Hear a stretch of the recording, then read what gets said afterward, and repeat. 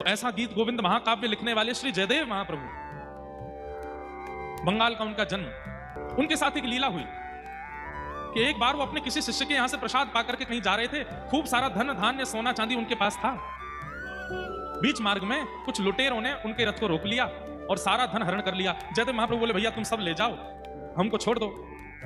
तो डाकुओं ने सोचा कि इसने हमारा मुंह देख लिया है, हमारा रूप पहचान लिया है, ये राजा को जाकर के हमारे बारे में बता देंगे, हमारी मृत्यु हो जाएगी, हम पकड़े जाएंगे। तो उन डाकुओं ने क्या किया, महाप्रभु जी को पकड़ के आधी रात में दोनों हाथ और पैर काट दिए जयदेव महाप्रभु के, और उनके बचे हुए शरीर को एक कुआं में फेंक करके रथ लेकर के चले गए। जयदेव महाप्रभु वहीं कुआं में पड़े पड़े गीत गोविंद गा रहे हैं, ठाकुर जी का स्मरण कर रहे हैं।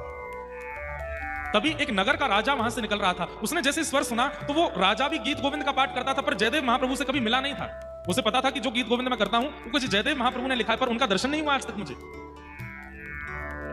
कुआं में झांक करके देखा तो बिना हाथ बिना पैर का कोई व्यक्ति, और मंद मंद मुस्कुरा रहा है, रक्त की धार बह रही है, और बस जगन्नाथ जी को याद कर रहे हैं। सैनिकों से कहा, जल्दी निकालो इनको बाहर। जयदेव महाप्रभु को बाहर निकाला, पूछा, आप कौन हैं? जयदेव महाप्रभु ने अपना परिचय नहीं दिया, बोले कि बस मैं तो जगन्नाथ जी का भक्त हूं, यहां से जा रहा था, किसी व्यक्ति को कुछ चाहिए था, लूट के ले गया, मेरे हाथ पर काट गया। अरे भगवान, आप मेरे नगर चलिए, मैं आपकी चिकित्सा करवाऊं। और जयदेव महाप्रभु को लेकर के गए, उनकी मल्लम पट्टी आदि करवाई, चिकित्सा करवाई, और राजा ने जयदेव महाप्रभु को अपना राजगुरु बना करके अपने पास बैठा लिया। एक दिन जयदेव महाप्रभु से आज्ञा मांगी कि हे महाप्रभु जी, आप मुझे आज्ञा कीजिए कि मैं एक नियम धारण करना चाहता हूं। जयदेव महाप्रभु ने कहा, एक ही नियम धारण कर लीजिए। बोले क्या? नित्य 1 घंटा के लिए अपने द्वार सब ब्राह्मणों के लिए और सब याचकों के लिए खोला करो, वो जो मांगे उनको दिया करो। 1 घंटे के लिए खूब दान पुण्य किया करो, और 1 घंटे में जो आ जाए और जो मांगे सब दे दो। राजा ने कहा, जो आ गया। अब तो महाराज पूरे भारत में हवा की तरह बात फैल गई कि उड़ीसा प्रांत में एक राजा है, 1 घंटे के लिए द्वार खोलता है, उतने में जो पहुंच जाए, जो मांगते हैं सब देता है। बड़े बड़े ब्राह्मण, बड़े बड़े याचक सब आने लगे। तो वो जो चोर थे जिन्होंने जयदेव महाप्रभु के हाथ पैर काटे, उनके मन में आया कि एक राजा मुंह मांगी वस्तु प्रदान करता है, हम भी ब्राह्मण बन के चले जाते हैं, मांग लेंगे राजा से। उन्हें यह नहीं पता था कि जिनके हाथ पर हमने काटे वो वहीं बैठे हैं। चारों ब्राह्मण बनकर के जैसे ही राजा की सभा में पहुंचे, राजा के सिंहासन के बगल में जब जयदेव महाप्रभु को देखा तो चारों घबरा गए। बोले, अरे ये तो वही हैं जिनके हाथ पर हमने काटे थे, ये हमारा रूप जानते हैं, ये राजा को सब सत्य बता देंगे, यहां से निकलने में ही फायदा है। जैसे ही चारों वहां से जाने लगे तो जयदेव महाप्रभु समझ गए कि संकोच में यहां से भाग रहे हैं। उन्होंने तुरंत कहा, अरे राजन राजन देखो, आज कितनी बड़ी कृपा, गुरुकुल में हमारे साथ पढ़ने वाले हमारे मित्रगण आए हैं, इनको बुलाओ। अब यहां क्या हुआ, किसी की घनघोर गलती पर क्षमा किया जा रहा है, इसका परिणाम देखिएगा। जयदेव महाप्रभु ने क्या कहा, ये तो हमारे बचपन के मित्र हैं, सखा हैं, अरे इनको बुलाइए। जैसे ही सुना हमारे गुरुदेव के मित्र हैं, तो राजा तो आसन से खड़ा हो गया, खूब सत्कार करने लगा, स्वागत करने लगा। उन चोरों को पकड़ करके भीतर लाए, मुंह मांगी दक्षिणा, मुंह मांगी वस्तु, मुंह मांगा प्रसाद उनको प्रदान किया।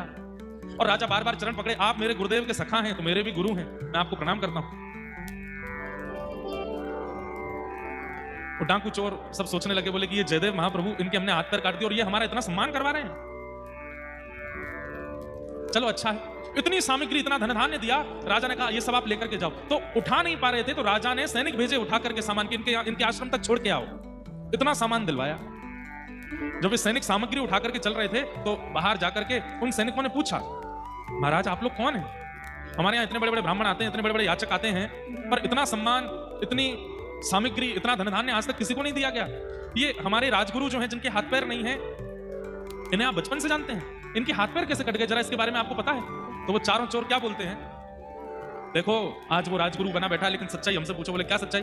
बोले जब हम बचपन में गुरुकुल में पढ़ते थे तो हमारे गुरुजी के सोने के पात्र इसने चोरी कर लिए थे। झूठ बोलने लगे। और जब इसने सोने के पात्र चोरी किए तो गुरुदेव को जब पता चला तो गुरुदेव ने हमको आज्ञा करके कहा, वन में ले जाओ, ले जाकर के इसका सर धड़ से अलग कर दो, गुरुद्रोही है, गुरु के यहाँ चोरी करता है। हम इसको वन में लेकर के गए, पर हमको इस पर दया आ गई, हमने इसका गला तो नहीं काटा पर हाथ पैर काट दिए, इसको छोड़ दिया।